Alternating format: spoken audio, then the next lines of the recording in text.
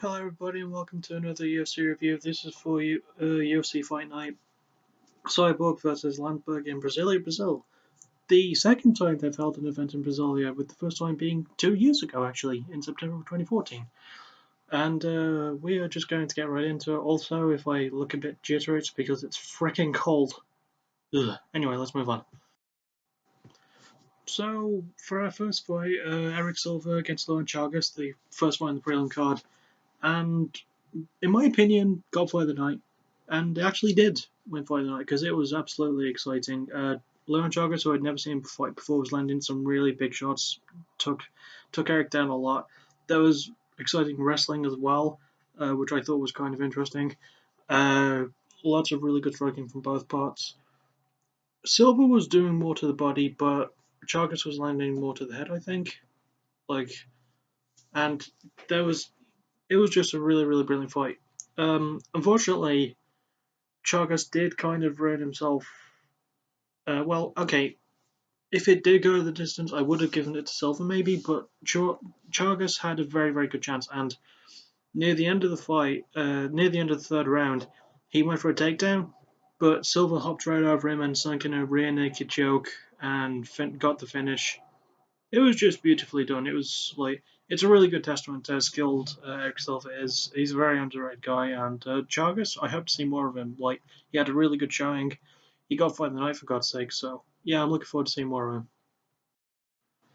And rather unfortunately, we move on from the most exciting fight of the night to the most boring fight of the night, and I really had to stress the word boring. Giuseppe Omega against Dotun Ortiz. Two fighters who I've seen fight before, who are normally very exciting, did a really stagnant and stalemated ground game. Just lots of wrestling and jiu-jitsu. Neither was really able to get anything. I guess Formiga maybe had more submission attempts. He was definitely on top more.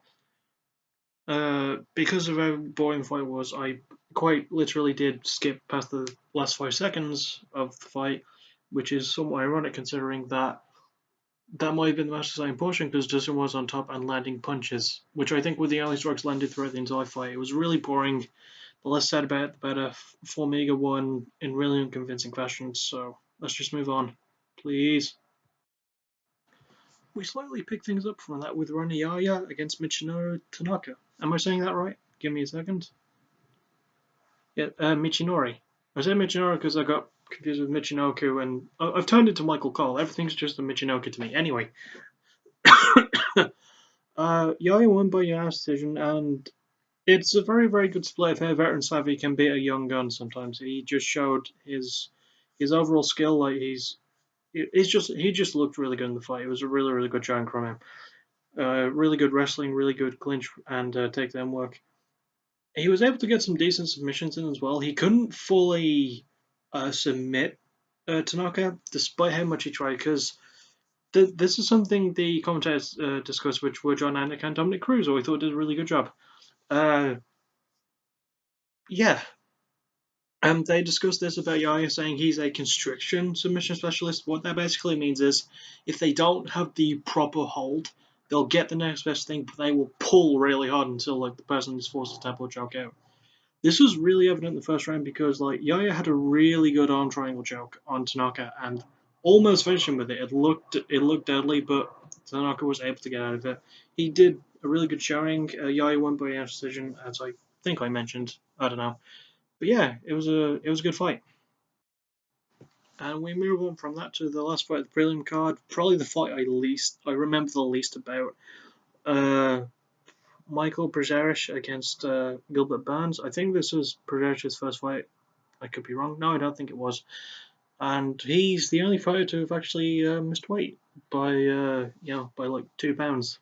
His lightweight fight came in at 158. He won. Like I said, I don't remember too much of the fight. It really wasn't a standout, but at least it was better than the Ortiz and Formiga fight because that was boring. But yeah, so I can't really fault either performance there. Let's just move on to the main card. Luckily, the main card was a lot more exciting as we move on. Godofredo Pepe took on Mike De La Torre and won fairly quickly.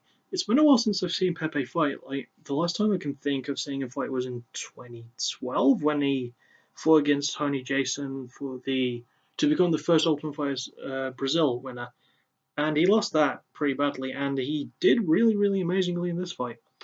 He just opened straight up with striking, went wild, went mental, and yeah, he eventually just he managed to get De La Torre to the ground and finish him with a rear naked choke, which was a good showing from him. It's one thing I like seeing when it comes to rear naked chokes as well. I like seeing it when a fighter beats up the other guy enough. Like, he doesn't just take him down like Chris Machine, he does stuff on the ground, on the feet as well. So it was a good showing from Pepe, I feel. Next up was Thiago Santos against Eric Spicely, who I talked at length about in the last season of The Ultimate Fighter. And he won, much to the point of where it was quite an emotional win for him because he started crying after he won.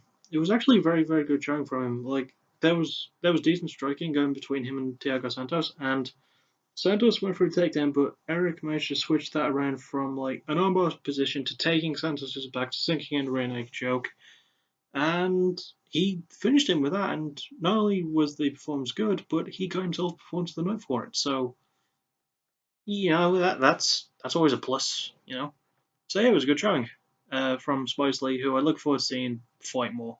I feel like he deserves a couple more chances.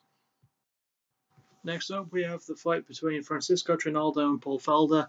Probably the most controversial fight, not for any bad reason. Oh, speaking of controversial fights, I did forget to mention the fight between Burns and Protaris. There was unfortunately a lot of fouls in that fight. There was a couple of groin kicks and a couple of eye pokes. There was some in the first two fights of the undercard as well, but we're focusing on this fight. So, yeah, Trinaldo and Felder. It was a fairly even fight. I was giving favour mostly to Trinaldo anyway, and in the second round, Trinaldo had Felder on his back and landed a really vicious elbow.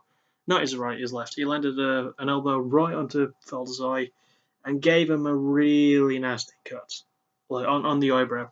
And I'll tell you how nasty it was. Basically, during the sort of nearer to the end of the third round, when they brought the doctor in, and you saw Paul opening and closing his eye, you could see the cut opening and closing, like a macabre third eye. It was kind of gross. And the fight had to be stopped because of the cut, which no one likes to see a fight end that way. I mean, blood is part of the UFC. If you don't expect to bleed, then you really shouldn't be fighting there in the first place. And to see, like, it was a lot of blood in Paul's defense. I would have stopped the fight too if I were a doctor, but you don't really ever want to see a fight ended that way. And obviously, it was for the fight safety, so more power to, the doctors made the right choice, but I definitely think a lot more people wanted to see the fight go on, because it was pretty good up until that point. So, yeah, really good showing. Trinaldo got a TKO win by doctor stoppage.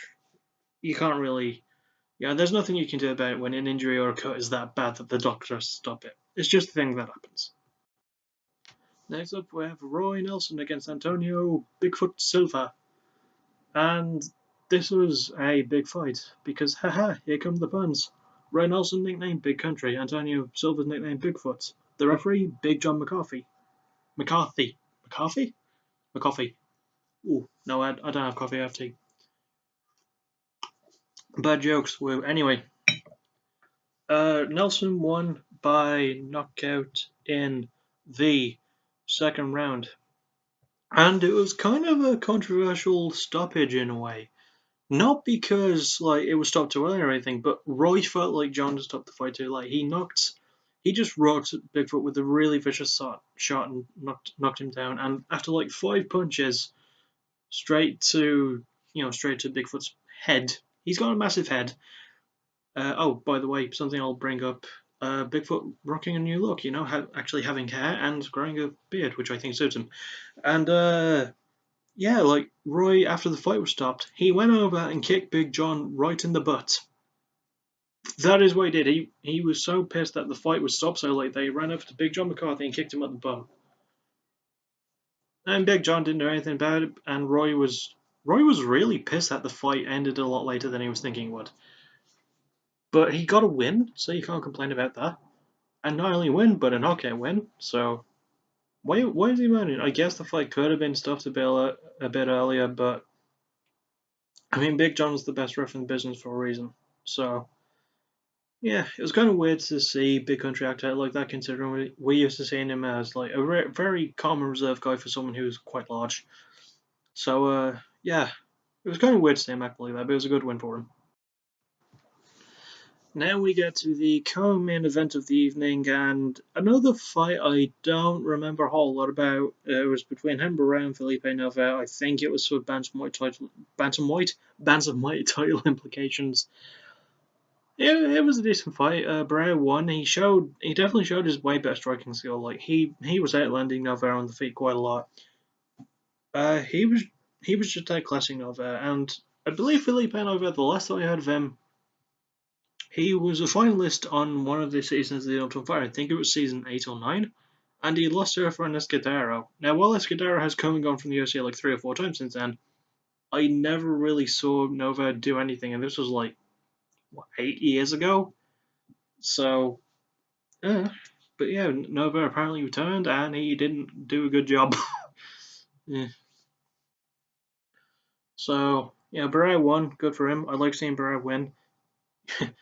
Considering that he had like a 30 fight win streak a couple of years ago, but each to their own. So, pardon me. So yeah, we're just going to move on to the main event now. And obviously, the main event was Cris Cyborg. I almost said Cyborg Santos, but she's not married anymore. Cyborg Christian, just her, you know her, Cyborg, against Lina Lansberg, and Cyborg won by very, very freaking vicious knockout in round 2, about halfway through. She was just outclassing Lansberg everywhere. Like, she wasn't just landing punches against her, she was getting really good clinch work, which is surprising considering like Lansberg has got great clinch work herself.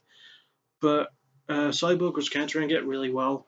She managed to get Lansberg against the cage a lot and just like landed punch after punch after punch after punch throughout all of round 1, and then like throughout round 2, 2.5 minutes in, as I said, it was stopped by the ref, who I don't remember who the ref was, but he gave the right call. So yeah, really good win for Cyborg. Woodward.